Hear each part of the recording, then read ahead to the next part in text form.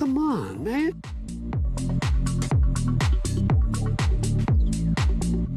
Excuse me, it's ma'am.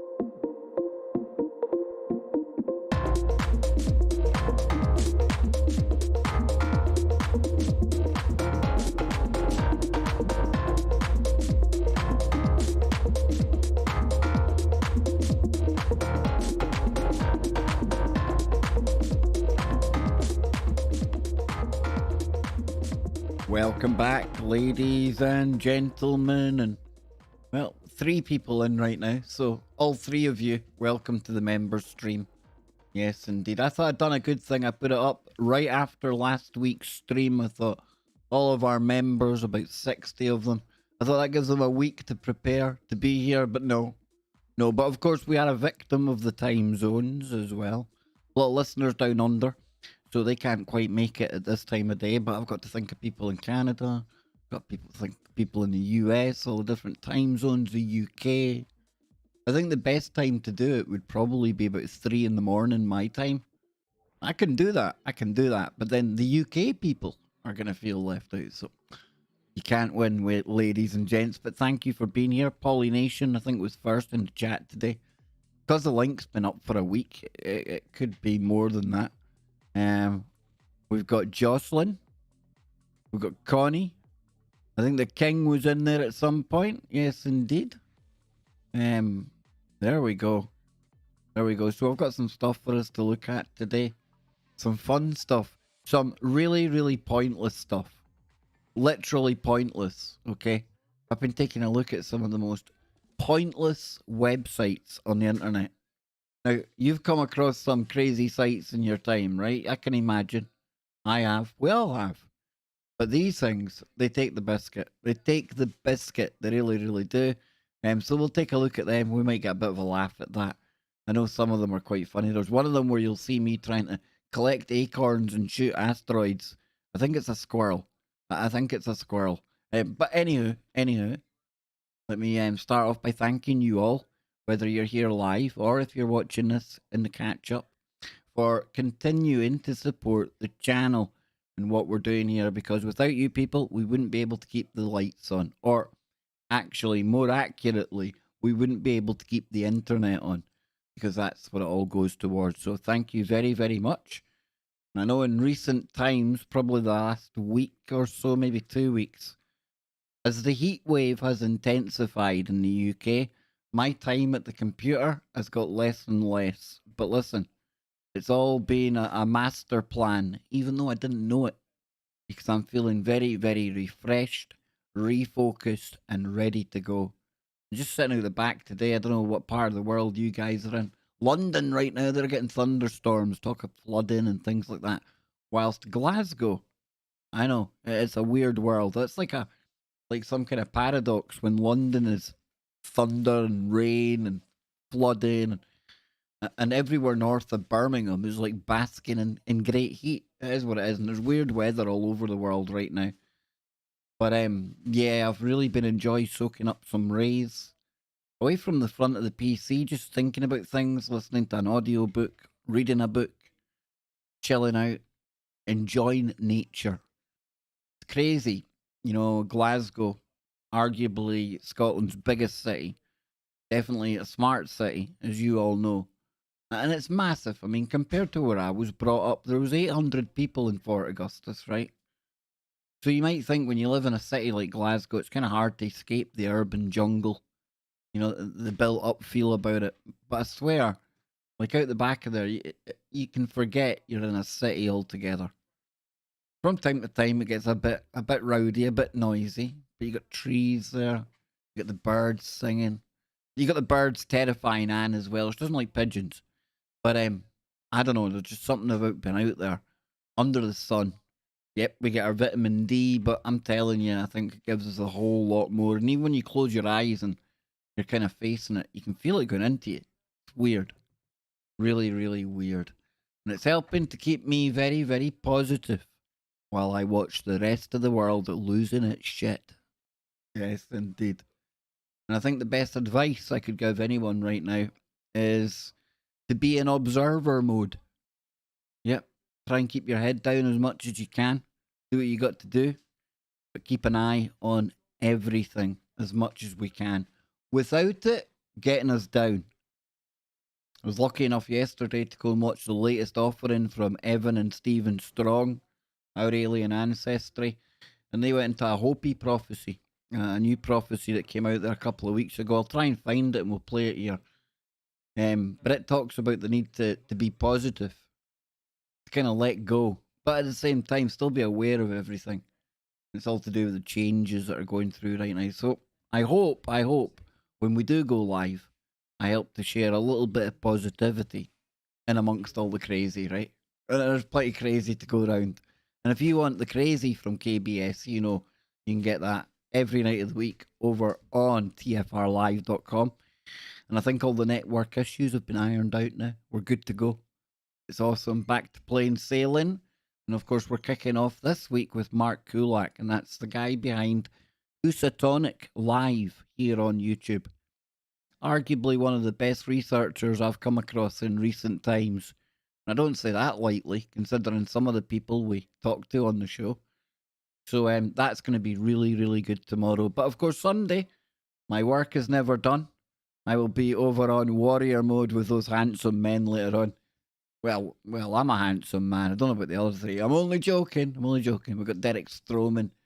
We got Travis here to the left of me. And then, of course, we got the spiritual warrior, Bill Bean. There's something about that kind of Sunday show. I don't know whether it ends one week or starts another. But it definitely gets me in the right mood for the week ahead. So I hope you can make it over there. And I know it's not for everyone. That's okay. That's fine. We don't roll like that. You don't all have to be singing off the same hymn sheet here. Pardon the obvious pun. But yeah, that's later on today. So I was, just before we came over here, I was watching my good friend, Dr. McCairn, and I was shocked to find out today that he'd had a bit of a health scare over the past couple of days. He went in with some chest pain, and he's got something called cardiomegaly. Cardiomegaly. Now, he's been talking about it on his stream, so I'm not giving away any secret here. But he's been off for a few days, and then I was wondering where he was, and he's had this major health scare. But he's back live right now, and I know a good number of our subscribers, a good number of our members are over there watching the doc. He's got 162 odd in the chat right now, so I know where some people are, all good in the hood. But it got me thinking about Japan, and the other day, we've got the Olympic opening ceremony that happened. Now, in the past, like the London Olympics, I came on air, and it was the very first time I actually went on radio the night of the London Olympics opening ceremony, because they'd been building pyramids, and it was big creepy babies, and all the symbology. It was crazy, right? 2012, but now fast forward to 2021, and we've got these Tokyo games that are really weird because there's nobody there. But one thing I noticed that some people will love it, other people will hate it. But it is what it is. And as a spectacle, I think it's pretty cool. How many of you caught the fascinating drone display that took place? Check this out. It's crazy. I don't think there's any volume to this anyway, to be honest with you. No, there isn't. Look at that. And that's done with drones, ladies and gents. Drones. Drone swarm technology. Pretty crazy. It ends up making the world and all heap other things.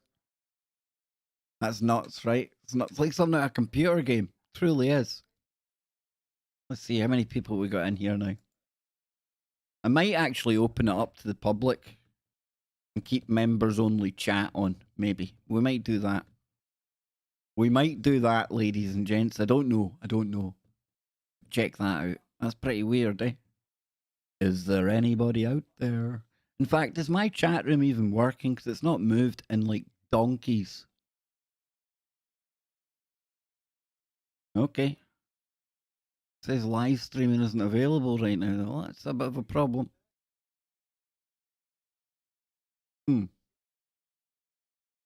Okay.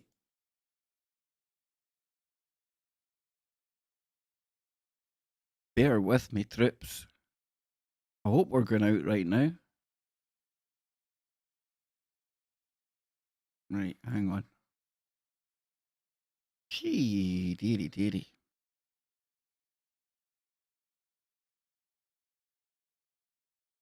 Okay, let's see.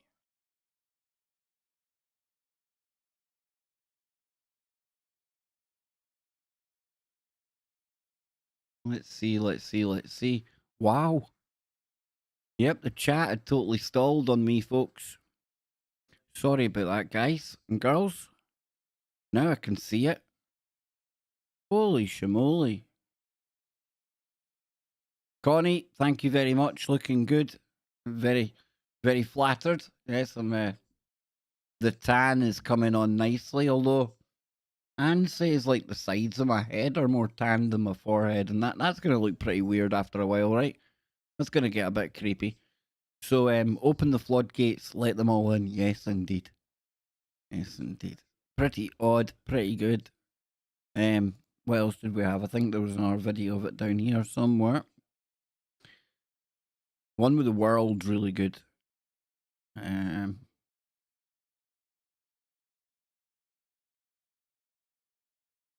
same one again. There we go. Look at that. Look at that bad boy.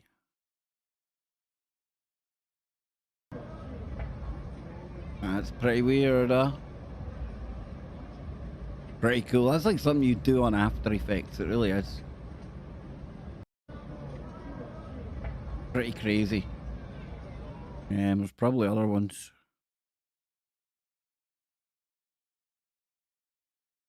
There we go. There's another view of a different one. There we go. Wow.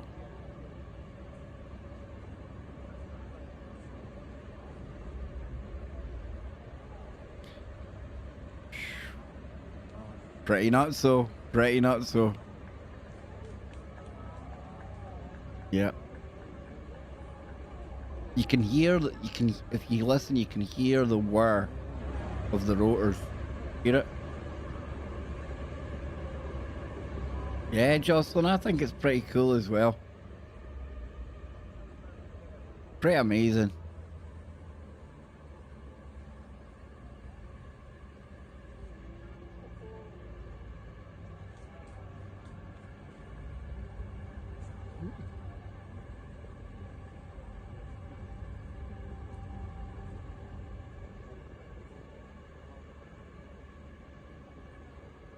I like it. I do like it. Well, I tell you what, King Sweet, if they come in their drones, as long as they make it look pretty like that, as long as I can see it in Glasgow and film it, we might get our 1,000,000 views. We might. I know, it's obviously people are going to talk about that. You can see, I mean, this is quite simple. This is just drones with lights on it. Not even getting into the whole holographic projection or anything like that. So listen to that noise. If you hear that noise when the aliens come, be very skeptical. Very skeptical indeed. Pretty cool. Around 1,800 drones were used altogether. Pretty nuts, so. Pretty nuts. I think I'm going to open this up. What do you think? Will we open it up to the public, folks? Will we?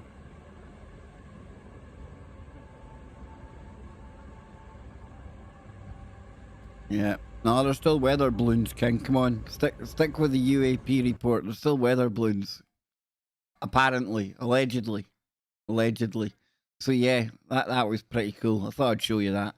But last night, over at the our alien ancestry conference, that was just mind-blowing again. To the point of, there's Evan and Stephen, they were on for 2 hours. Absolutely jaw-dropping. They were on the Kev Baker show recently, right? Connie, yes. Does that open it up to the public? One to open up the stream, and two just to keep it me and you. All very compact and beige. You don't worry, I can put on live chat for members only if we do it that way. So it's still very, very what you call it? Private-ish. Ish. Yep. There you go. There you go, folks. So I'm going to wait to see what people say. We could open it up, or we can just carry on. Carry on. This is the bad thing about streaming to YouTube, the lag. I wish it was like real-time interaction with the chat room. I don't even know if the chat's moving anymore. Open it. I think so. So I'll put on members only chat, right? How's that sound? We might entice some new members in. You never know. That's terrible, isn't it? Marketing. Here we go.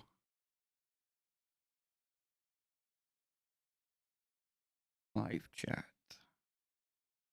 Okay. Members. There we go. Save that. Okay.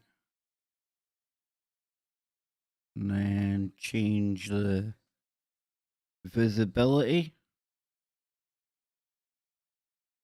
Public.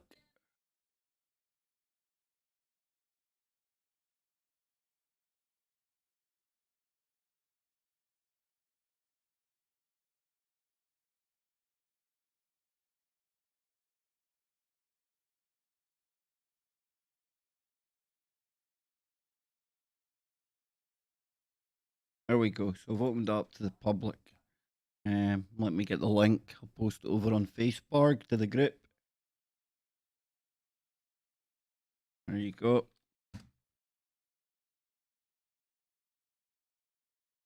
I will go and post it over on the disco. We will fight them on the beaches. On the social media.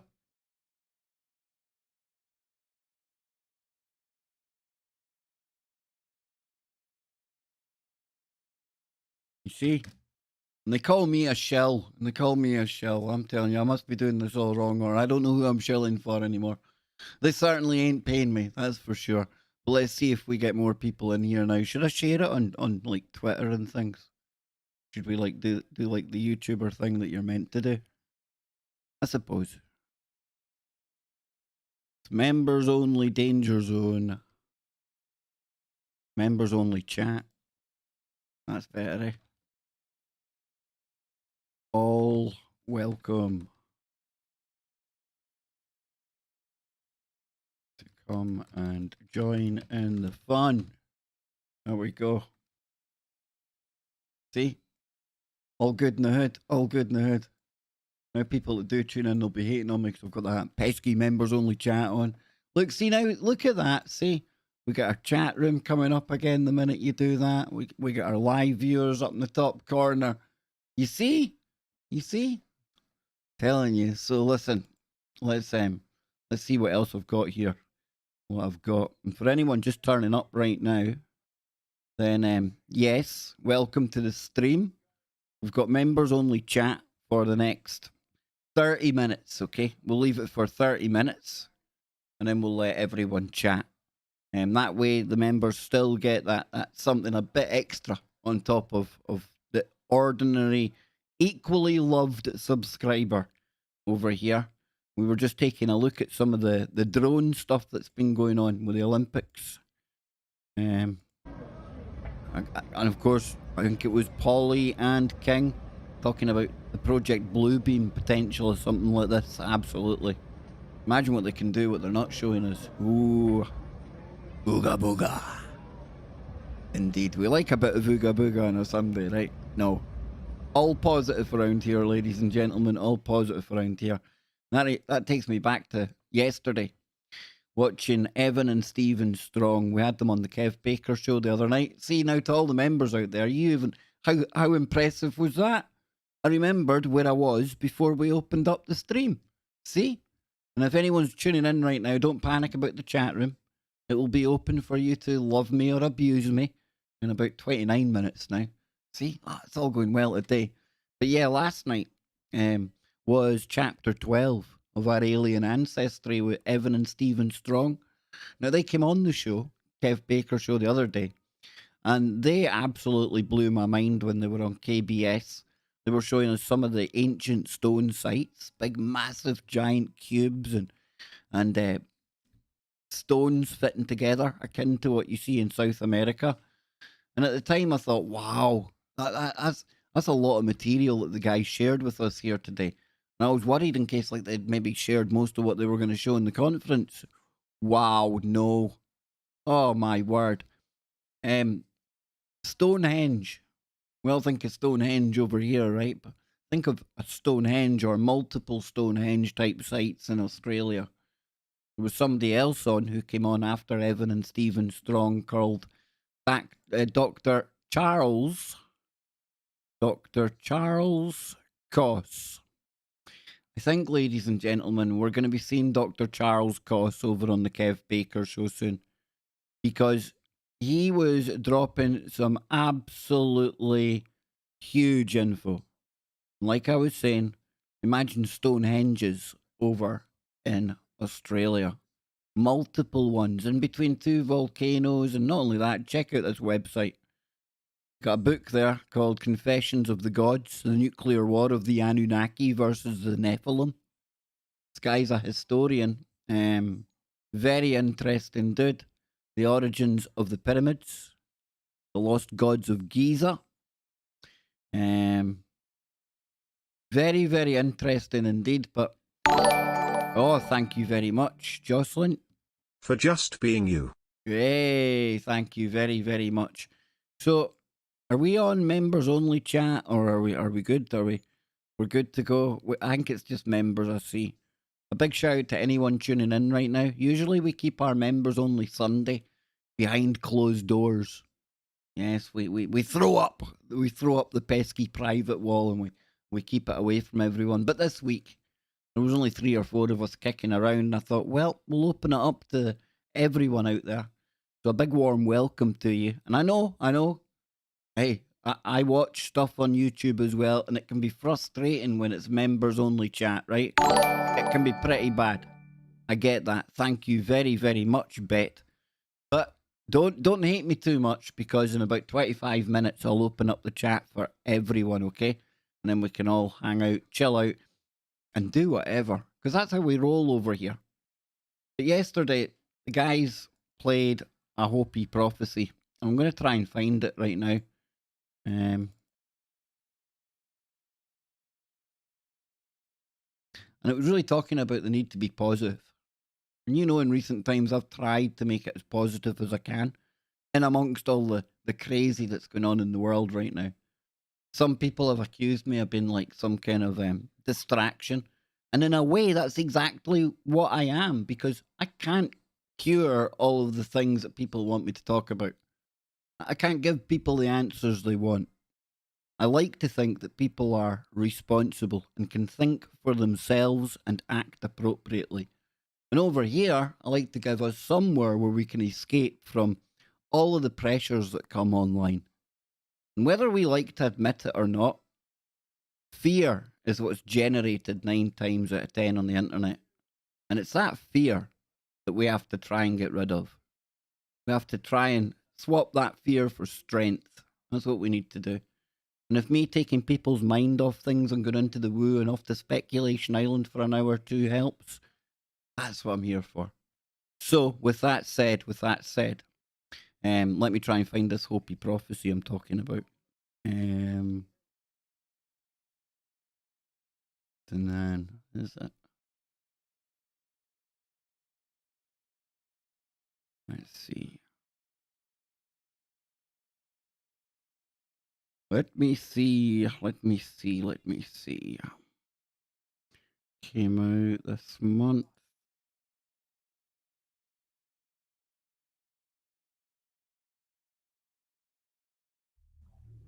Yeah, here we go, troops. Here we go.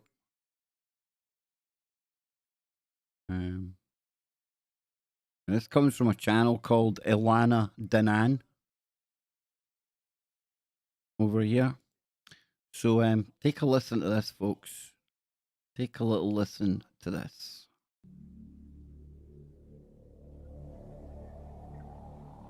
This moment that humanity is living through can be considered a door or a hole.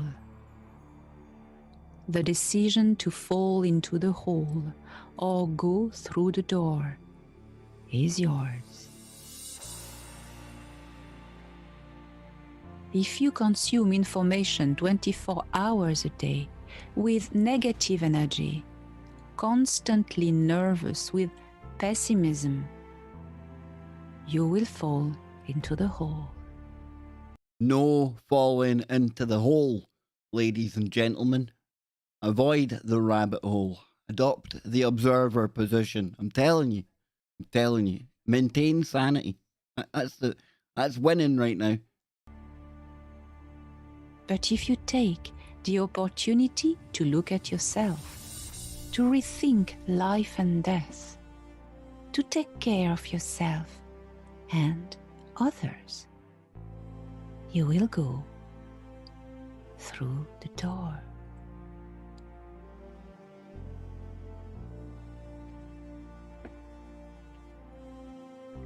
Take care of your home.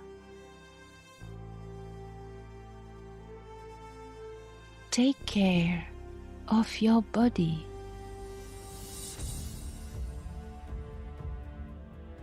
Connect with your spiritual home.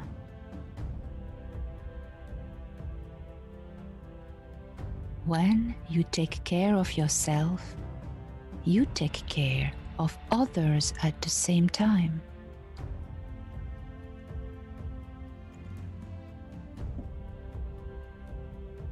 Do not underestimate the spiritual dimension of this crisis.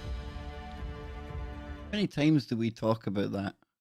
I'm hoping by pausing this, we're enforcing some fair use, make it transformative, add a bit of commentary to it. And of course, a big shout out to Ilana Danan for putting this out there. But how often we talk about you can't separate the physical from the spiritual, no matter what people's belief systems may be. And sometimes we talk about dimensions and we talk about timelines. And sometimes I really just think we have to accept we don't have the language yet to really explain what it is this spiritual side of things is, this other side of things, this almost mirror world, the spiritual world. And it's a constant battle. Constant battle. It doesn't matter, again, what belief system. I don't go down that road. People believe what they're going to believe. I think we can all agree there's good and bad, right? Right? And that's what it seems like. All throughout history, it's been a battle of good and bad in the physical world and in the spiritual plane as well. So all I'm saying is, for me, this really is spot on, and it resonated with me so much last night that I thought I have to play this today. Have to play it. Got to try as much as we can. Even if we deny that we're in fear, there's some scary crap going on in the world right now. And it does take its toll. Hence me taking time away from PCs and sitting outside and try to decompress, and we all need to do that, folks. We all need to still somehow enjoy the ride and keep it positive. And absorbing this stuff 24/7, I'm telling you, it takes its toll. It's like any war. You know, you become shell-shocked. An information war. Crazy stuff flying around right now. Got to be bigger than that, okay? And for goodness sake, don't fall into any of the division traps that are happening right now, because they're everywhere. On your toes, observer mode. Adopt the perspective of an eagle that sees everything from above with a broader vision. There is a social demand in this crisis, but also a spiritual demand. The two go hand in hand. Without the social dimension, we fall into fanaticism. Without the spiritual dimension, we fall into pessimism and futility. You are prepared to go through this crisis. Grab your toolbox and use all the tools at your disposal. Learn to resist by the example of the Indian and African people. We have been and continue to be exterminated, but we never stopped singing, dancing, lighting fires and having joy. Don't feel guilty for feeling lucky in these difficult times. Being sad and without energy doesn't help at all. Resilience is resilience through joy. You have the right to be strong and positive. You have to maintain a beautiful, cheerful, and bright posture. This has nothing to do with alienation, which is ignorance of the world. It is a strategy of resistance. When we walk in the door, we have a new view of the world because we have faced our fears and difficulties.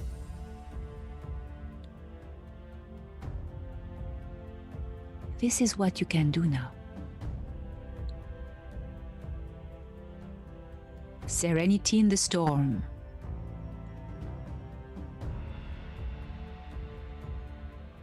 Keep calm. Meditate daily. Make a habit of encountering the sacred every day. Demonstrate resilience through art, joy, trust. That guy dances worse than me, by the way. No. It's not a good look. Not a good dance.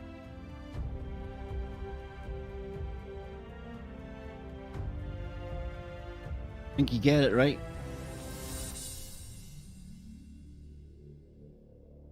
I will most certainly drop a link for this. Very encouraging clip.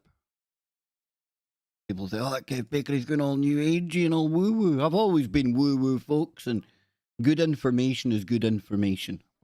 And that there for me resonated with me. Doesn't need to mean anything for you, but I think there's people out there who would probably have liked hearing that. I know yesterday I needed to hear it. This is going to sound utterly bizarre, but I've been thinking about this out the back as well. You know, we changed focus on the show a long time ago, and we've tried to keep it as woo and fun and paranormal as we can, but we still dip our toe into that other stuff on the main show. But as I've watched what's going on in the world, and it's crazy, at the same time, I've still been kind of optimistic and upbeat and not too much letting it get me down. And that kind of left me feeling guilty sometimes, you know. Because I look around me and I see other people, and nobody's better than anyone else, but there's a lot of people losing their crap right now. And it's almost like what? Is there something wrong with me for feeling like kind of positive right now and looking forward to whatever comes in the future? So hearing that last night made me feel just slightly less mad than I usually am. Because at least I thought, well, I shouldn't really feel guilty about feeling happy. What crazy upside down we're living in. Crazy upside down world we're living in. But when you even have to think that. Stay strong, folks. Stay strong. Observer mode. And I swear I cheated. I really cheated. I'll let you in on a secret, right? Let you in on a secret. I had a little glimpse into the future with the chronovisor, and it told me that we're all on the right road. We're all on our own roads. They're all individual paths. But one of the destinations up in front of us is the door. The door is on the horizon for you. There you go. So keep it real. Keep your minds open. I'm only joking. We're not finished yet. Dang, dude. So today, one of our favourite websites talk about a synchronicity. Check this out. Nice big set of caves here. Donnie's in the chat room. He'll get the synchronicity here. But if you tuned into the show we done with Evan and Stephen Strong the other night on KBS, you'll remember we talked about a cave. And it was like the party cave, right? You had the Denisovans in there. You had Homo sapiens. You had humans. You had a whole host of these hominids in there, right? And we were kind of saying, well, that throws the official story into a bit of disarray. Come to the mysterious universe today. I'll take you to the homepage. Look at this. Our top story. Denisova cave occupied by Neanderthals, Denisovans, and humans at the same time. I'm not saying it's some universe puzzle solved type synchronicity, but it put a little smile on my face. It really, really did. And to save me reading through this, I would advise you, if you haven't done so yet, just go and check out the show that I've done with Evan and Stephen, or go to Our Alien Ancestry, and you can still get access to all of the speakers. There was Evan and Stephen. There was Dr. Charles Koss. Let me get it here. So I get it right. The next name escapes me. Idlib. Is it Idlib? What is it? Let me see if I got the picture here, the poster. Chapter 12.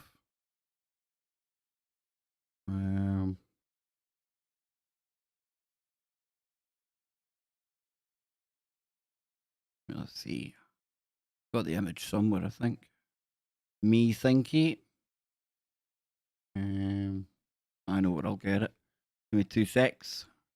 2 secs, folks, and oh, we're getting close to putting the chat open. People will most definitely be abusing me. Only joking. Feel free to abuse. So here we go. Never fear. Info always a couple of clicks away. Ildi Budai. Now, I actually went to bed after the first 2 speakers last night.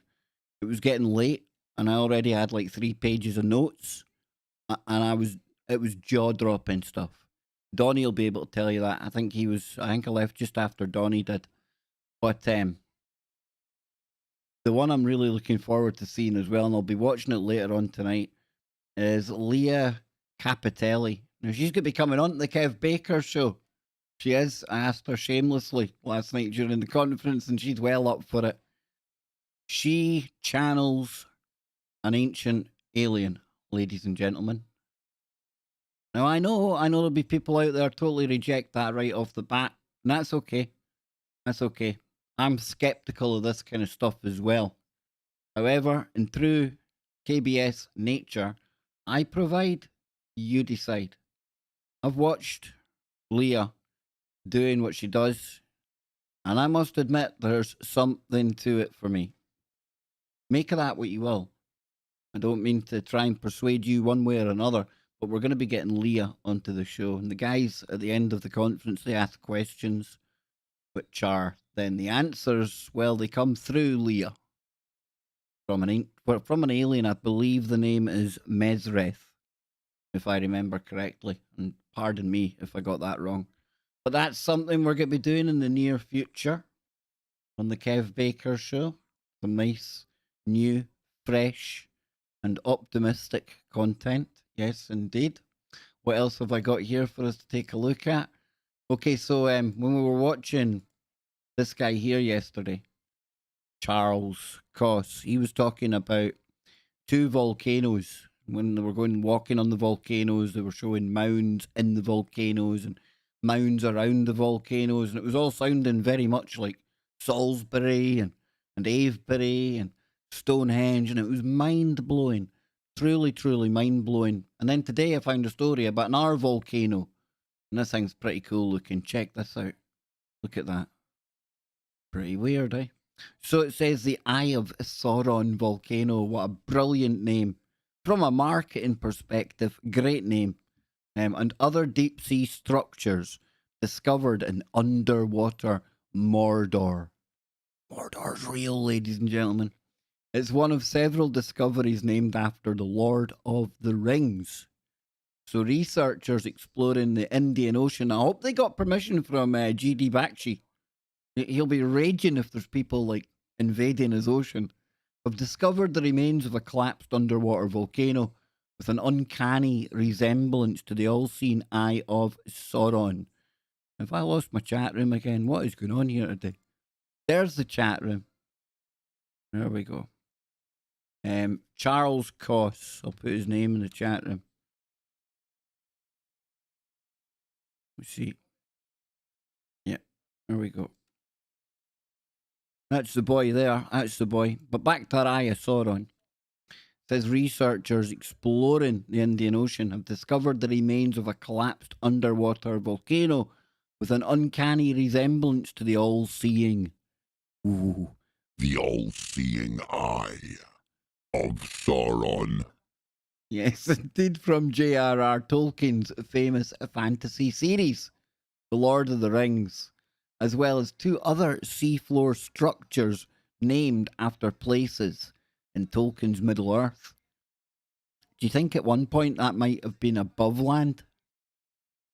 Hey, look, I'm just saying, oceans and things, they come and they go, they ebb and they flow, land masses rise, land masses fall. That'd be the kind of big thing. That'd be the big shockeroonie if we got in the time machine.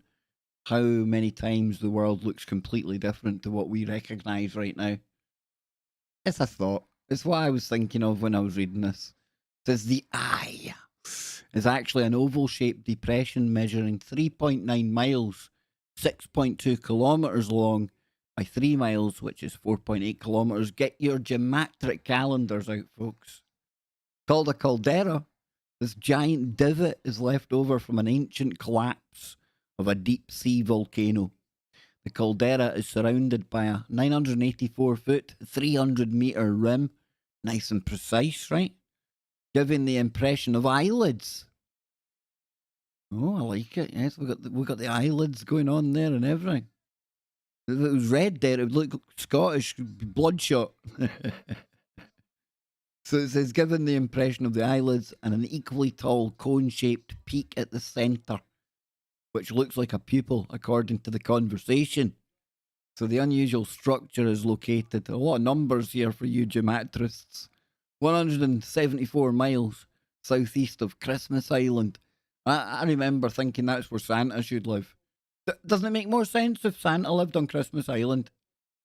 Don't go there. So an Australian external territory of mainland Australia. And it's not that I want to like steal an island off Australia and just give it to Santa. Don't. I'm not that guy. That was a few hundred years ago. I'm not like that. Don't go there. So it says at a depth of 10,170 feet, 3,100 meters.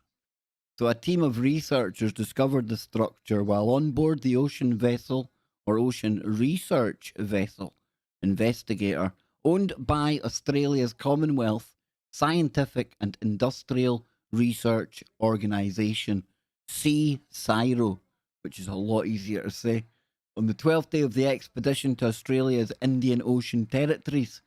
So what are Australia doing with the Indian Ocean? I'm only joking. The researchers used a multi-beam sonar to create 3D maps of the caldera and the surrounding sea floor. What are we getting here? Oh, just an advert. Nothing great. So, like all other calderas, this one formed when the peak of the original volcano collapsed, according to researchers. The molten, not to be mistaken with Linda Moulton Howe, but the molten magma at the base of the volcano. Did I even try that? Did that work? Molten Howe, molten magma? I don't know. So at the base, and I love Linda. She's been on the show. That'd be one of my top 5 highlights of doing KBS, I'll have you know. I don't know what to make of the more anonymous whistleblowers that come on nowadays, but hey, it is what it is. Molten magma at the base of the volcano shifts upwards, leaving empty chambers. Chief Scientist Tim O'Hara, Senior Curator at the Museums Victoria in Australia, wrote in the conversation. The thin, solid crust on the surface of the dome then collapses, creating a large crater-like structure. There you go, folks. I bet you didn't know you'd be getting some volcanic education here today. Yep. Any more pictures? Oh, Harry Baker. Nice. Wonder if he's a relative. Harry is a UK-based staff writer at Live Science. Studied marine biology and woology at the University of Exeter. And after graduating, started his own blog. Good on you. I like to see another Baker doing well out there. Marine Madness, which he continues to run with other ocean enthusiasts. Yes. Who said PPP? Anyone PPP? Yes, indeed. He's also interested in evolution, climate change, robots. Oh, talking of robots. Well, I'll show you this one. Oh boy, oh boy. Oh, I can't wait to see these bad boys playing. Oh, there it is there. Look at this bad boy. Wait. Next Olympics, folks. Look at that. Boom. Robot basketball. Oh, look, that's not good enough. Look at it.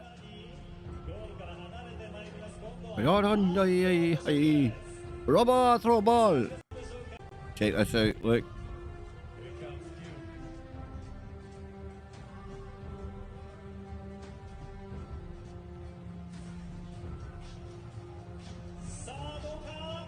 Boom. Boom. Yeah. So that's it. It's going to be robots. Can't wait to see robot ball in the next Olympics. Yes, indeed. It's Japan. You knew they were going to have lots of robots there. You should have known that. Should have known that. So, where were we? What were we talking about? Harry Baker. That's what we were talking about. Forgot where we were there. I often do forget where we are. I'm going to take a little drink right now. That's what I'm going to do. I'm going to drink my water and try to cut down on the coffee. Yeah. And take my protein shakes. So get ready for me going, blah. So I'll be back in about 3 minutes. And we'll get into some more of this crazy. And this is where the whole pointless part of the stream is going to kick in. And I mean that really literally, this is going to be pointless. Because we're going to be taking a look at some of the most pointless websites on the internet. The mind boggles, ladies and gents. The mind boggles.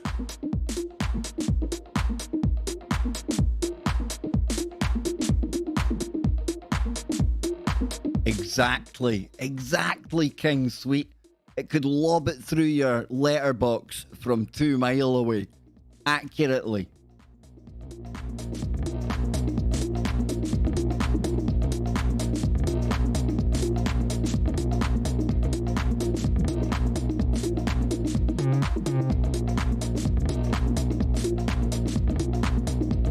And a big warm welcome into the chat room with all of our subscribers, viewers, lurkers, creepers, time travelers, interdimensional KBSers, observers. Welcome. Oh, 33. Whoa.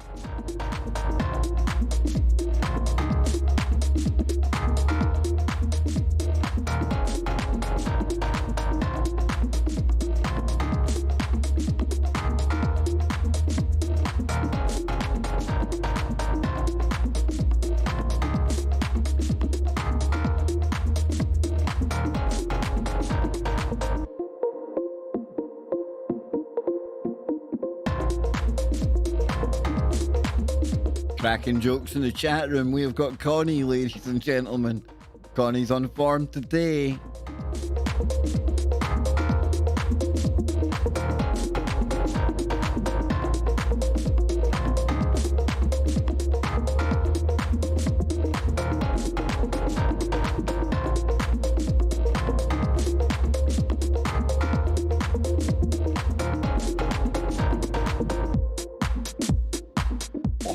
Very Glaswegian sounding name you've got there, Billy Murray.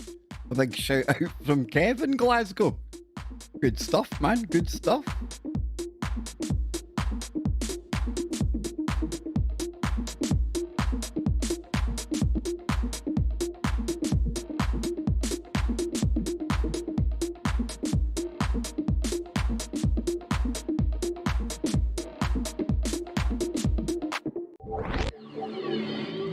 Be back in about 2 minutes. Don't go anywhere.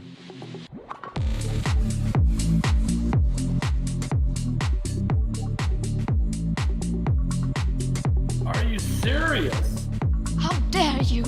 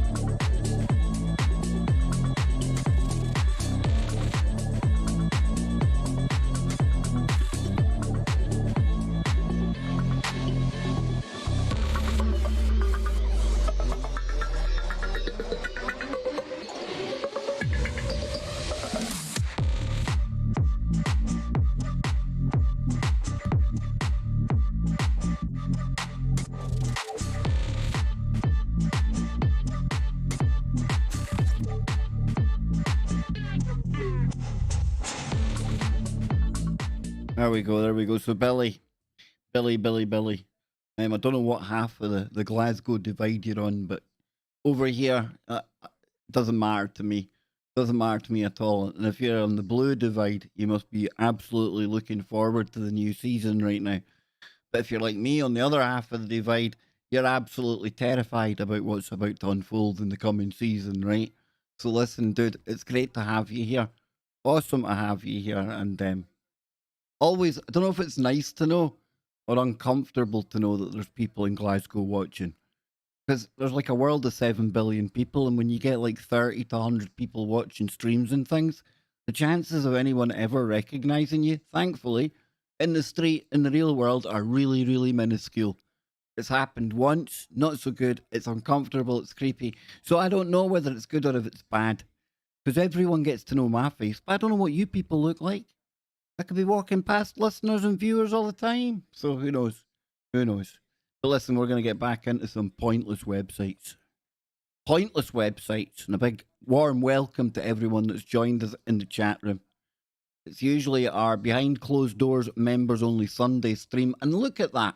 I didn't even ask people to join the channel when it was members only. See, I do this all wrong. I do it all wrong. But if you would like to support the channel, joining really, really helps.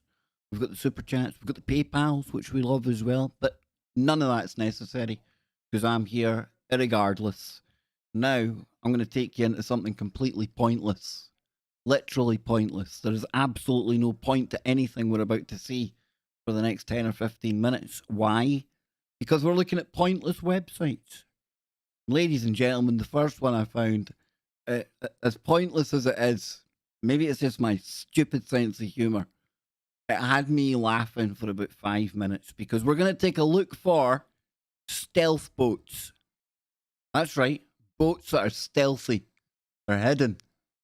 And there's a website out there to help you unmask them. Will we go and take a look? Now, get your binoculars out. We're going to be going and taking a look for some stealth boats. There you go. I'm going to blow this up. There's your free resource for stealth boat pictures. Stealth boats cannot be seen by radar or humans. These images are open copyright, but please credit stealthboats.com if you use them. Stealth boat images, click on image to enlarge. Scrolling. Have you seen any stealth boats yet, folks? Have you? I've spotted maybe 2. No? Many of you spotted? Yeah, I'm still scrolling, by the way, ladies and gents. I'm scrolling tirelessly here. And you're thinking, well, Kev, maybe if you move the mouse, you'll get the pictures to click on. No. It is what it says on the tin, ladies and gentlemen. And I introduce to you, as it says down the bottom here, more pointless websites here. And utterly pointless, but at the same time, had me laughing website. Because I just had to think, why? And how did anyone ever find it in the first place? What's that all about? But it doesn't end there. And I've not played this next one. I've looked at maybe one of the dots, all right? This next one is called Lyca.com. Lyca.com. Now, this one is a bit more interactive because, all of these dots are absolutely clickable. And will we click on this one here? Oh, what's this? Just before the little river meets the big one, there's a large grey house. Except in the worst of weather, there will be a slender grey cat out front. Her name is Lyca. Pet her. What is this all about, ladies and gents? I've got no idea. Russell Johnson coming in with a howdy cock-a-doodle-doo. Howdy blue chickens. I tell you, I was feeling like a blue chicken on the face of Venus today. It was that hot out there. I'm telling you. That's Braille. I am not, dude. Absolutely. And from what I'm led to believe, it's Braille for Lyca. I could be wrong, but it's the weirdness. Scoot around the back and look for the trail. Follow it through the tall grass, past rusty tricycles and discarded car parts. And when the path when the path forks, take the most used option, or if in doubt, go straight as possible. If you turn wrong, you might end up in the junkyard, which, like all junkyards, is guarded by an unpleasant dog. So I'm thinking maybe we should just progress to the bottom one of this here. Maybe we should have started at the bottom. I don't know. Before long, you will be at the old state highway. Follow it north, which is really east at this point. Wow, what does that even mean? Follow it north, which is really east at this point. Has there been a polar flip, ladies and gentlemen? And nobody's told us. Is this a website that's been coming to us from the year 2027? Does it explain the very alone gentleman in Valencia? I don't know. Try hitchhiking if you want.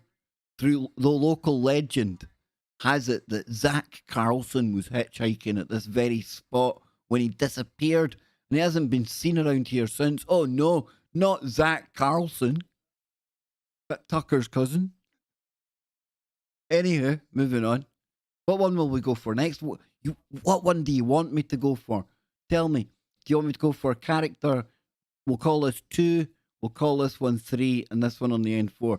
What one do you want me to go for? Pick one from 2, 3, or do you want me to go for 4? Exactly, Karen. What the Exactly. Exactly. Pointless websites. Or is there a point to them? Is it some kind of MI5, MI6 mind control? Am I going to see these dots somewhere in the street tomorrow and start running about like a headless blue chicken? Yeah. You be going north, he says. Who knows? Who knows? It is fun, although utterly pointless. I think you have to agree that I was right. And it is right. These websites are pointless, but good. So, where do you want me to go, folks? Lead me. Number 4, Karen got in there first. So, let's see what this one says.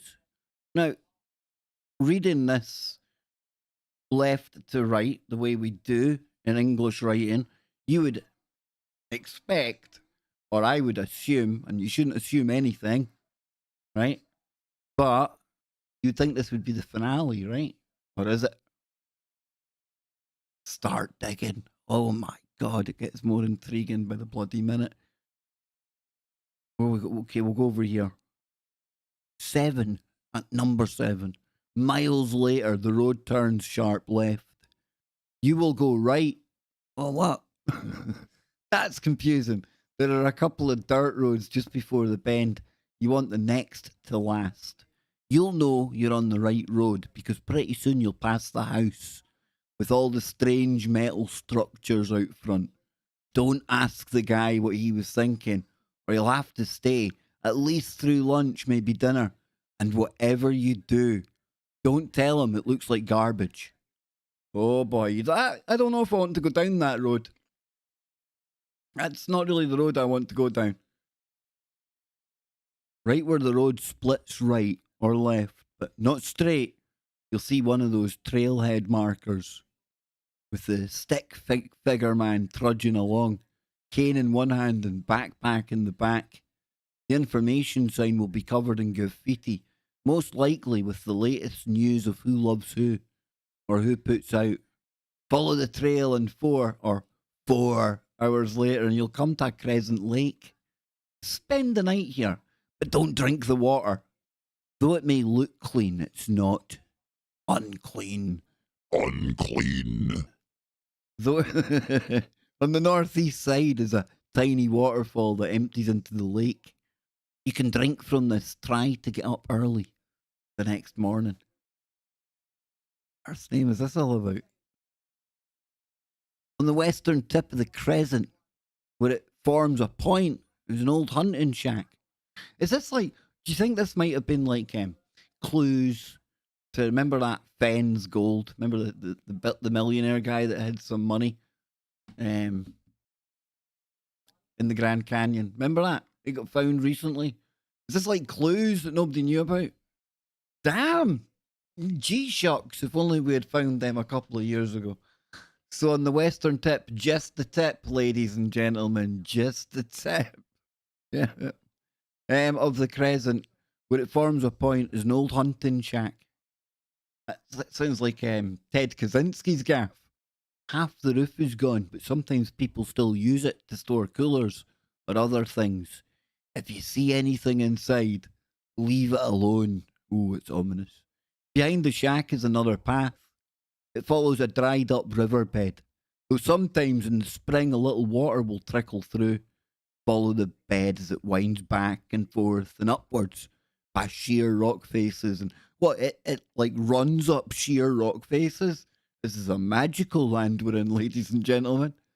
Past sheer rock faces and under huge outcroppings that seem dangerous to eat lunch under, but probably have been perched like that for centuries, over even millennia. What who's writing this?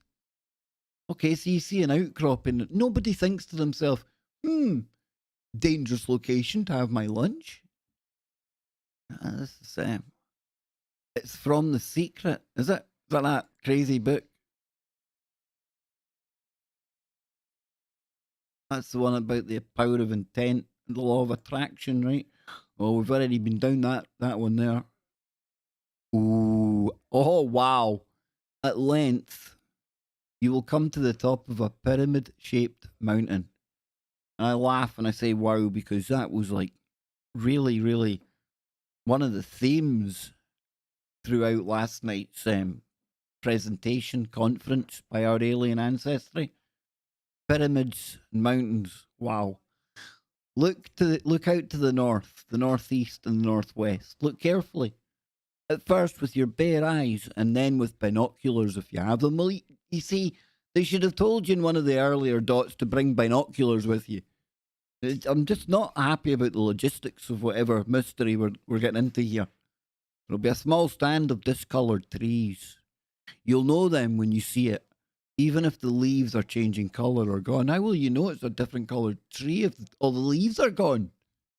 It'll be just something a little bit off.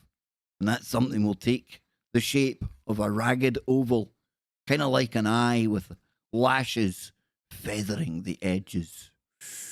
Ooh. Okay. At this point, you can take a shortcut. I don't know if I'm willing to take a shortcut recommended by whoever this is. I'm just saying. By climbing directly over the mountain. With good shoes and strong legs, you'll meet back up with the road in 2 hours. Well, that's nice to know.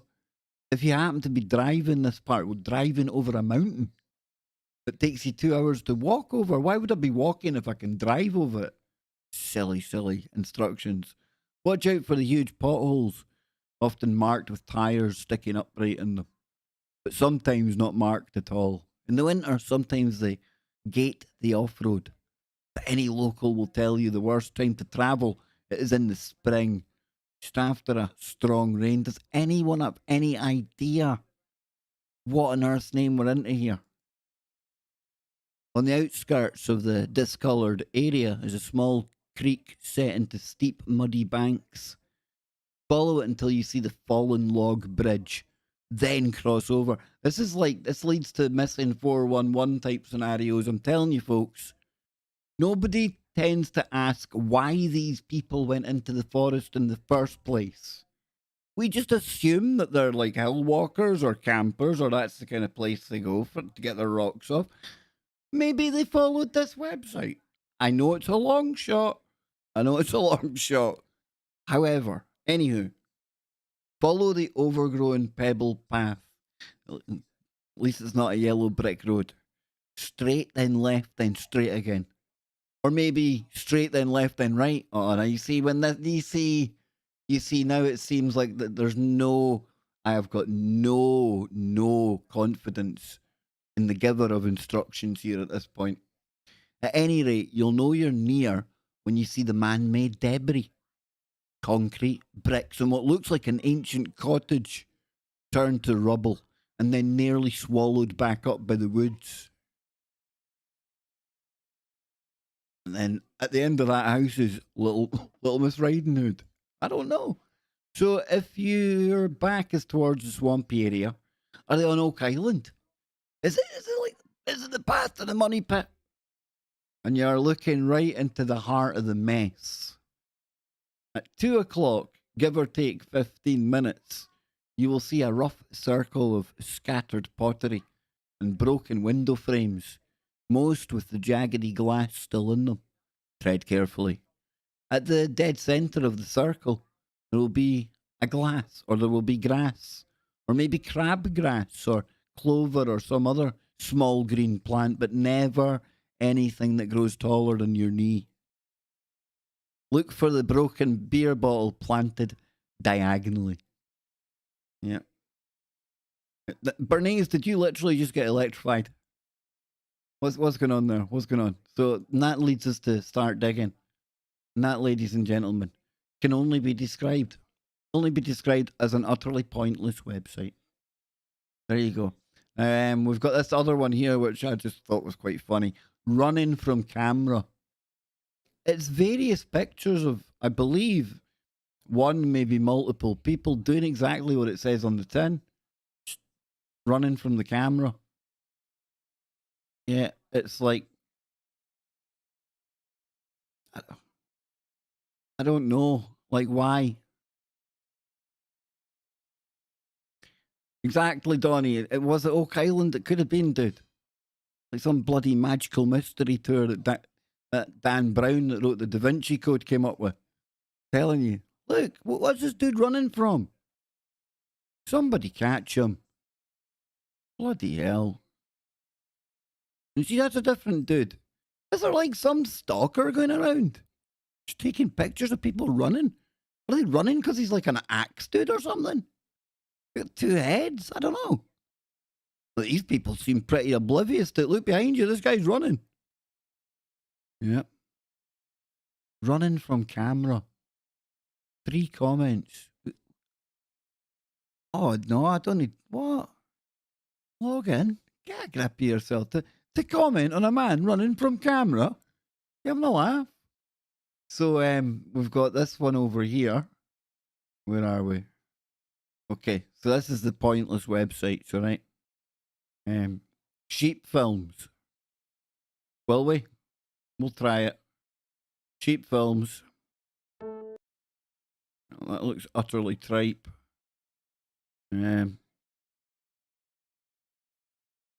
Leica, there's the one we were on.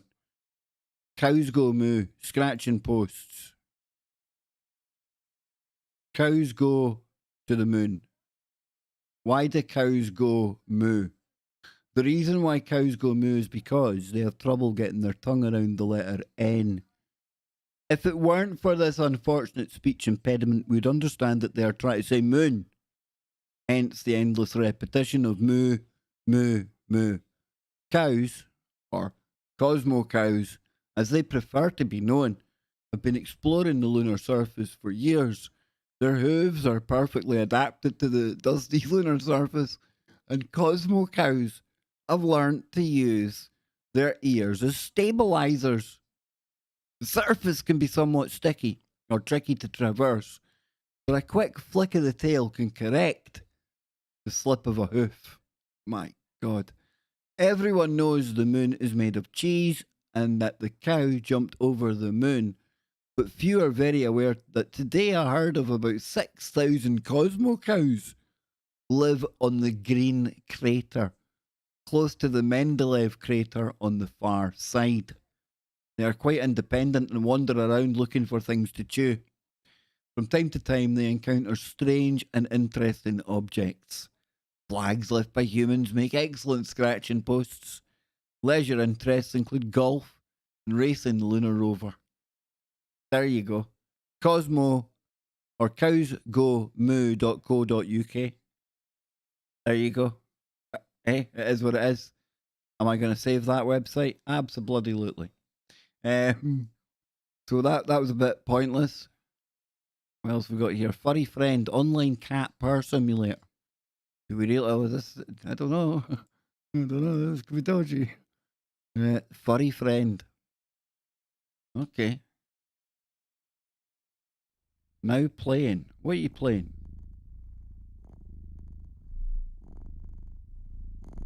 Oh.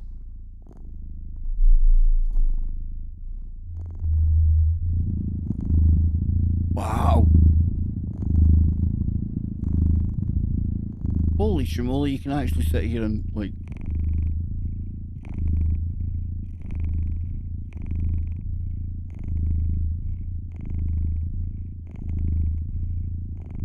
Wow, furry friend. Frequency-shaped cat per noise generator. Who knew? Is that other things you can do?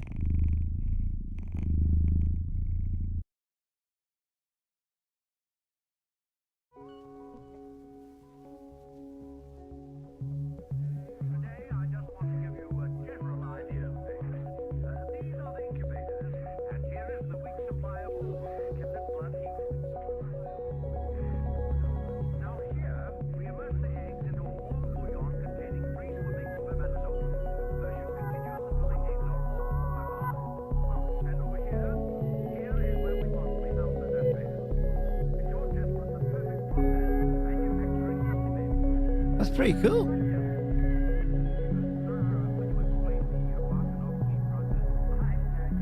I think that's pretty cool, right?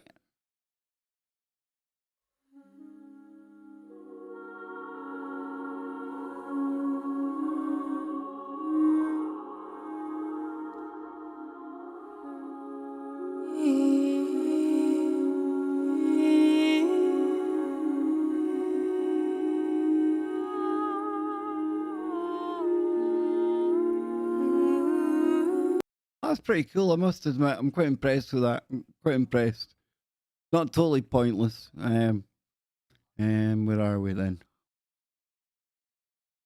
Laser guns. Lasers and a squirrel. Played this earlier on. It's actually quite interesting. Let me go this one here. Yes, folks. Need to collect the acorns and shoot the rocks.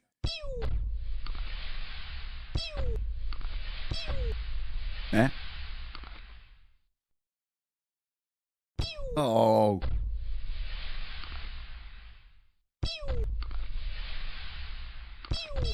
Oh no, I shot my acorn. I shot my nuts, man. So there you go, there's another pointless website.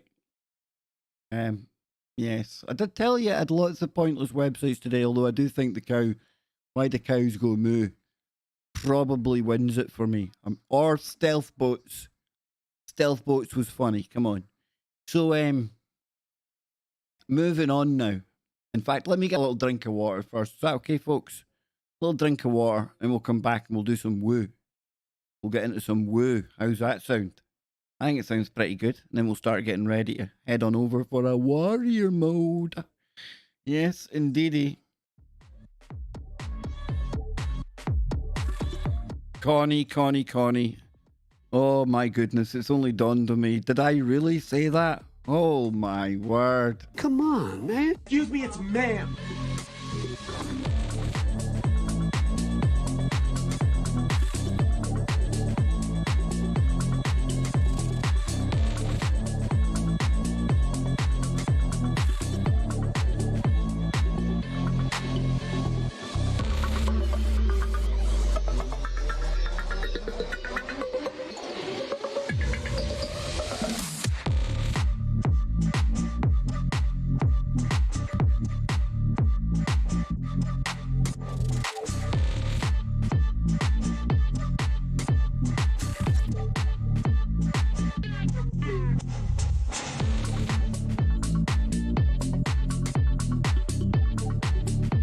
Yes, we're on the water. We're on the water. Been outside. Need to keep hydrated, ladies and gents. And I think drinking like 50 cups of coffee a day might be contributing to my lack of sleep at night, as much as I try and deny it.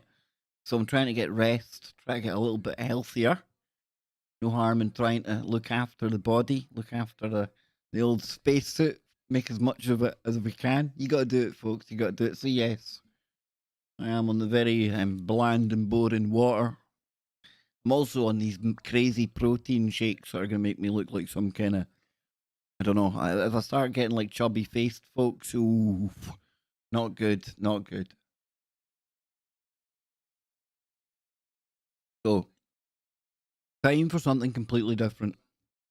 People that claim to have bow, bow, bow, bow, bow with aliens. And there's plenty of them. Go figure. Most of them over here in the UK. Yes, indeed. We're going back to one of our favourites. Yes, the mysterious universe, and hundreds of Brits that claim they've had happy time with aliens. Who knew? Who knew? So it says, hey, each to their own. As long as the alien consents, as long as you consent, we're all about it. Are extraterrestrials selective about who on earth they choose to have happy time with? Now that's really depressed me. Now I'm starting to think to myself, am I like really unattractive to aliens? Since in a world of 7 billion, they haven't like singled me out and taken me on their craft. My window's open. There's probably people living next door to me thinking, what is he talking about? What's that mad dauber talking about? Hey, is what it is. So, not the usual probing. No, we're on the wrong page. There we go. Not the usual probing. So we're not talking about the tip. No, talk of the tip is gone for this for the purposes of this story. The tip must be forgotten about.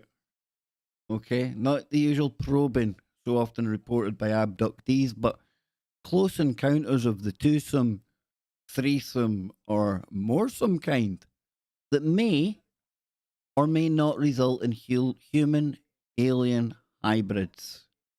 If you're British, and this is on your bucket list, you may be in luck. A new poll found hundreds of UK residents claim to have had happy time with space aliens and identify the places it's most likely to happen. Buckingham Palace, the top of the Tower of London, smack bang in the middle of Stonehenge. Says, we are astonished to see how many people claim to have had intimate relations with aliens, particularly in cities of Norwich and Bristol. And I am booking holidays to both these locations tomorrow. I'm joking. Threesomes or foursomes or moresomes with aliens, Nordics. It's a chance you take. It could be an insect. I get that. Get it. Like blind date, galactic style. Just sat there waiting to see what your intergalactic blind date looks like, and then this fucking mantid type thing emerges from around the corner. Some arachnophobe. No, it wouldn't be an arachnophobe, it would just be an arachnid, right? But you get me. You get me. So it says here, the recent survey was conducted by buzzbingo.com. Talking of pointless websites. And spokesperson David Abrams, is it? Yeah, Abrams admitted to the Daily Star, very reputable red top in the UK, not that they were astonished by the results. Now, nearly 300 people responded to the survey. How many of them were being genuine, do we really think? Even if it's one. Even if it's one, it's a thing, right? Nearly 300 people responded to the survey, claimed to have had intimate, and we assume consensual. Nice and woke. I like that. Respect boundaries. And interspecies relations, folks. Relations with an extraterrestrial. Can you imagine if Bill Clinton had to say that? Listen to me. I did not have sexual relations with that grey alien. No, that's Hillary. You married her. Ooh, yeah. I'd rather the insectoid. I'm just saying. So second in the ET happy time survey was Bristol at 23%. Norwich, that's the capital, 31%. Liverpool coming in at 22%. You see, could that be a contributing factor to Liverpool recently being stripped of their heritage status? They were a city of heritage, and that's been taken away. Is it because 22% of this survey come from Liverpool? Hey. Wait, so it says what? And if the respondees are serious, is attracting ETs to these UK cities like guys on expense accounts to a Vegas strip club? What is causing ETs to fly in just to do Norwich one night stand or the Bristol Stomp? Exactly. If it was Glasgow, I would understand. Very aesthetically pleasing are the Glaswegian ladies, especially the one sitting just behind me, armed with shoes. So it says it's instinctive to fear the unknown, but why shouldn't aliens be friendly? I absolutely embrace this idea. It makes me think about this whole abduction thing in a totally different light. Esteemed Bigfoot ufologist Nicholas Pope points out that the aliens could be friendly. Perhaps they've prepared for their Earth trip by reading some other recent polls which found that Americans have no plans made in the event of an ET encounter other than be armed, while Brits say they'll stock up on essentials and welcome them with a pot of tea and a freshly baked cake. You see, that's why they're coming to the UK. They're coming to the UK because they know we've got no line of defence against aliens coming in the window. You've got Anwar's shoe. It's not enough to scare away a horny alien. You see, they're scared in America because of the Second Amendment, ladies and gentlemen. It's a very little used argument that protection against alien abduction comes into the equation. Don't give up your arms, folks. Don't give them up. So it says, can't believe we're giving aliens freshly. He's not my. Well, no, King. He's a second tier. I really don't watch him anymore, to be honest with you. He is what he is. So maybe they're really out there, and this is their way of communicating. What? By literally, like, forcing themselves on people? It's not very polite. I don't think much of this advanced alien race if they're just coming here to have some happy time. David Abrams of BuzzBingo.com seems to be imagining space aliens as some sort of creatures who speak with their bodies rather than their mouths or their minds. While that sounds like a sailor's dream, we know how those encounters with sirens and mermaids turned out, or the plot of a happy movie, when happy movies had plots. Maybe onto something. Should NASA set up a special investigation committee to research this possibility? I'm sure there's already committees set up across YouTube. I thought that was going to be a blue chicken there.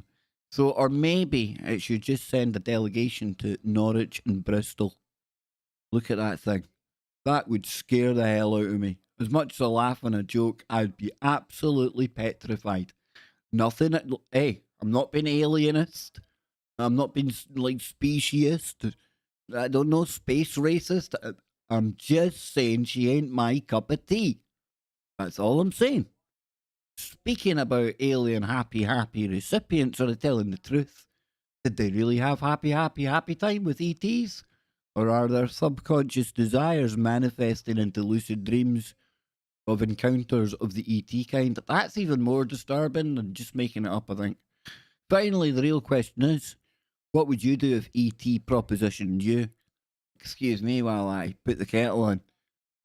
There's a number of various factors I would need to take into account here. Firstly, can I defend myself against whatever this is? Secondly, do I want to defend myself against whatever this is? If it's a shapeshifter and takes on the form of AOC, we could be looking at Kev alien hybrids in the very near future. It is what it is. Yeah, it's not just a simple, there's no just one easy answer here, folks. It's not binary. Not yes or no. There's a lot of things come into play. That's all I'm saying. Have I maybe spent too much time thinking about a topic I didn't even think we'd get into today? Maybe. It certainly feels unhealthy. But that's how we roll around here. We're a little bit different. One on the bedpost at least. Indeed, ZX, and indeed. Although, if it's like some kind of arachnid, like a face hugger, like, we don't even know how it perceives happy time to go. We don't know. Maybe tickling its ear like a Ferengi. I don't know. I mean, come on. I think even if it's like the scariest, like, big alien out there, if you come to discover all it wants is like its neck tickled, is it really going alien? Is it really if you're just tickling its neck? I know it's a slippery slope to get down. I know. Once they find out you're tickling necks and pulling ears of Ferengis, it's like open season, right? It's crazy, man. How are we going to survive? Telling you. Anywho. What have we got over here? Okay, we've got one of my other favourite websites. Can quantum physics explain consciousness? That's a bit of a read, but I think it might be worth it. Since it's Sunday, why not? Sunday. Here we go. So, yes, I am a little different for anyone who isn't used to seeing me quite this mad. Here we roll. So, are we ready? Are you serious? Deadly serious. Begly deadly serious. Some scientists have speculated. Now, hang on. Coming in hot from the chat room, Geraldine. I think I have maybe slept with a couple of aliens, as they're definitely not from the same planet as me. A-holes. Ah, you tell them, girl. I am now celibate. How much do you charge? You selling a bit? I'm only joking, because I couldn't be annoyed with them looking for me to make them a fry. That there, ladies and gentlemen, that's the wise words of a wise woman. And you go, pay heed. So it says some scientists have speculated about many things. That consciousness could be the product of quantum processes. Professor Christine de Moray Smith, a name that carries some level of gravitas to it. Sounds like she's a descendant from a Knights Templar or something. A theoretical physicist at the Utrecht University in the Netherlands details her new research on this perplexing idea. We like perplexing ideas. Will we go for it? We'll do this and then we'll start to wrap it up. So one of the most important open questions in science is how our consciousness is established. In the 1990s, long before winning the 2020 Nobel Prize in Physics for his prediction of black holes, physicist Roger Penrose teamed up with an anaesthetologist, Stuart Hameroff, to propose an ambitious answer. Now, Stuart Hameroff, I say, wow, because he's the guy that I watched giving a presentation about quantum consciousness. And he was talking about like quantum effects in the brain. And it was cool. It was a bit over the top of my head. But the important thing was not Stuart Hameroff, but who was in the audience that day. Because in the audience that day was a guy that Nano Girl met when she went to D-Wave. And his name's Eric Ladzinski. And Eric Ladzinski just happens to be the engineering kind of brain behind the D-Wave. And you know how we've had Geordie on. So literally, the guy who created a quantum computer was looking and listening to and thinking about how quantum effects take place in our brain. Pretty weird, huh? Pretty weird. So they claimed that the brain's neural systems form an intricate network and that the consciousness this produces should obey the rules of quantum mechanics, the theory that determines how tiny particles like electrons move around. This, they argue, could explain the mysterious complexity of human consciousness. So Penrose and Hameroff were met with incredulity. Quantum mechanical laws are usually only found to apply at very low temperatures. Quantum computers, for example, currently operate at around minus 272 Celsius. At higher temperatures, classical mechanics takes over. Since our bodies work at room temperature, you would expect it to be governed by the classical laws of physics. And for this reason, the quantum consciousness theory has been dismissed outright by many scientists, though others are persuaded supporters. Instead of entering into this debate, I decided to join forces with colleagues from China, led by Professor Jianmin Zheng at the Shanghai Jiangtong University, to test some of the principles underpinning the quantum theory of consciousness. In our new paper, we've investigated how quantum particles move or could move in a complex structure like the brain, but in a lab setting.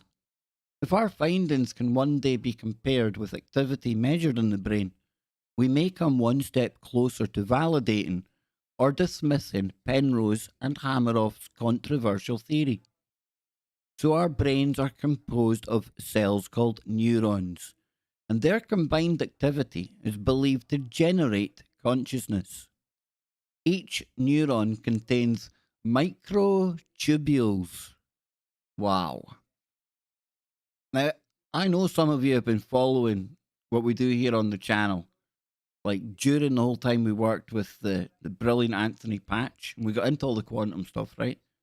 And if you were, and I know some of you were watching back then, this language will be pretty familiar to you, because this is all the stuff we were looking at. Each neuron contains microtubules, which transport substances to different parts of the cell. The Penrose-Hameroff theory of quantum consciousness argues that microtubules are structured in a fractal pattern, which would enable quantum processing to occur. Fractals are structures that are neither two-dimensional nor three-dimensional, but are instead some fractional value in between. In mathematics, fractals emerge as beautiful patterns that repeat themselves infinitely, generating what is seemingly impossible. A structure that has a finite area, but an infinite perimeter. This might sound impossible to visualize, but fractals actually occur frequently in nature. If you look closely at the florets of a cauliflower or the branches of a fern, you'll see that they're both made up of the same basic shape repeating itself over and over again, but at smaller and smaller scales. That's the key characteristic of fractals. The same happens if you look inside your own body. The structure of your lungs, for instance, is fractal, as are the blood vessels in your circulatory system. Fractals also feature in the enchanting repeating artwork of M.C. Escher and Jackson Pollock, and they've been used for decades in technology such as in design of antennas. Now these are all examples of classical fractals that abide by the laws of classical physics rather than quantum physics. So it's easy to see why fractals have been used to explain the complexity of human consciousness, because they're infinitely intricate, allowing complexity to emerge from simple repeated patterns. They could be structures that support the mysterious depths of our mind. But in this case, it could only be happening at the quantum level, with tiny particles moving in fractal patterns within the brain's neurons. And that's why Penrose and Hameroff's proposal is called the theory of quantum consciousness. We're not yet able to measure the behavior of quantum fractals in the brain, if they even exist at all. But advanced technology means we can now measure quantum fractals in the lab. In recent research involving a scanning, tunneling microscope, my colleagues at Utrecht and I carefully arranged electrons in a fractal pattern, creating a quantum fractal. Now, if you don't know what that is, join the club. It's all good woo, right? It's deep, but we'll keep going. When we then measured the wave function of the electrons, which describes their quantum state, we found that they too lived at a fractal dimension dictated by the physical pattern we'd made. In this case, the pattern we used on the quantum scale was the Sierpinski triangle, which is a shape that's somewhere between one dimension and two-dimensional. Let's take a little look at that. There it is there. Okay. Okay. I get you. Something like that. All triangles within triangles. So, yeah. Right then. We'll come back here. This was an exciting find. 49 people here. Thank you very much. That's awesome. This was an exciting find, but STM techniques cannot probe how quantum particles move, which would tell us more about how quantum processes might occur in the brain.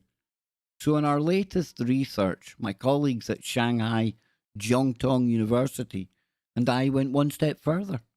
Using state-of-the-art photonics experiments, we were able to reveal the quantum motion that takes place within fractals in unprecedented detail. We achieved this by injecting protons, particles of light, into an artificial chip that was painstakingly engineered into a tiny Sierpinski triangle. We injected photons at the tip of the triangle and watched how they spread throughout its fractal structure in a process called quantum transport. We then repeated this experiment on two different fractal structures, both shaped as squares rather than triangles. And in each of these structures, we conducted hundreds of experiments. Our observations from these experiments reveal that quantum fractals actually behave differently to a classical one. Specifically, we found that the spread of light across a fractal is governed by different laws in the quantum case compared to the classical case. This new knowledge of quantum fractals could provide the foundations for scientists to experimentally test the theory of quantum consciousness. If quantum measurements are one day taken from the human brain, they could be compared against our results to definitely decide whether consciousness is a classical or quantum phenomenon. Our work could also have profound implications across scientific fields.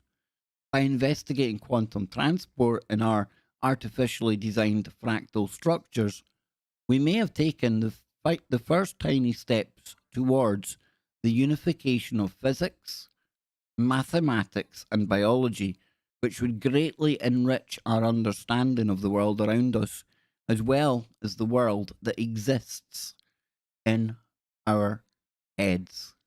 So with that said, that's a lot of reading there. I definitely need a little drink of juice before we crack on, folks. But I will be right back.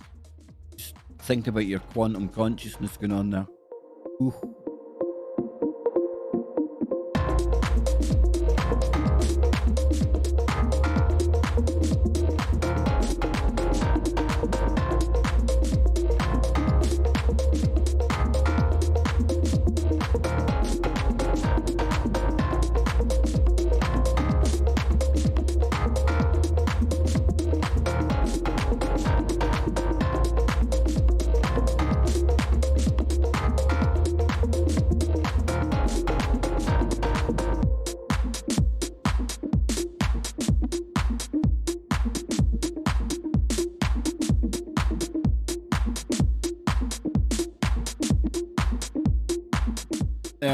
There we go, folks. There we go. Now, don't forget, I'm going to be back on later on. Never fear. Baker is near. I know that's pure cheesy, right? Hang on, I'll find it. There we go. I will be on with Big Bill, Derek, and Travis as well. I'll drop that in the chat room. I want to thank everyone for tuning in today. I want to especially thank the members out there for keeping everything going here at KBS Command. Yes, indeed. And just to thank everyone for spending some time with yours truly today. Good fun with the Pointless website, so I hope you had fun out there as well. And remember observer mode, folks. Don't get dragged into anyone else's arguments, anyone else's fight. Make sure you're okay. Make sure your family around you are okay. Make sure we all stick together or we all fall apart. So I will catch you all later on. And like I always tend to finish the streams with, keep your mind open. Keep looking for the woo, but not to the point where your brain turns to black goo.